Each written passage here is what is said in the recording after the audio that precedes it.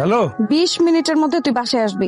কি হয়েছে? উল্টা প্রশ্ন আমার পছন্দ না। হাট রেখে আমি কেমনে আসবো? ওই তুই বাসায় আসবি না আমি হাটে আসবো? মেজাজ খারাপ করিস না পূর্ণিমা, 20 মিনিটের মধ্যে আমি বাড়ি যেতে পারবো। আমার এতে কমপক্ষে আধা ঘন্টা লাগবে।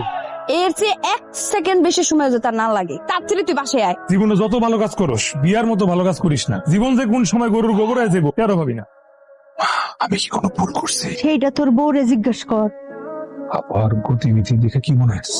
আমি কিছুই বুঝতেছি না। খাড়িয়ে খাড়িয়ে মা ছেলে মিলে আমাকে নিয়ে ঘুচুর মুচুর করা বন্ধ করুন, জবাব দিয়ে তার জন্য রেডি থাকেন। আরে উল্টাপাল্টা কথা ভাবিস না পূর্ণিমা। তোরে নিয়া ঈদের পরের দিন বিমানে কইরা কক্সবাজার যামু ফ্যামিলি ট্যুর, ওটাই কইতাছিলাম। মিছা কথা, এই কথা কখন কইছস? দেখছো তোমার পোলা সবসময় আমার লাগে এমনি করে মিছা কথাটি কয়। এই নিজের স্বামীর মিথ্যা অবাদ দিবি না। আমি এই জীবনে তোর সাথে এক বিন্দু পরিমাণ মিথ্যা কথা বলি না, কারণ আই লাভ ইউ।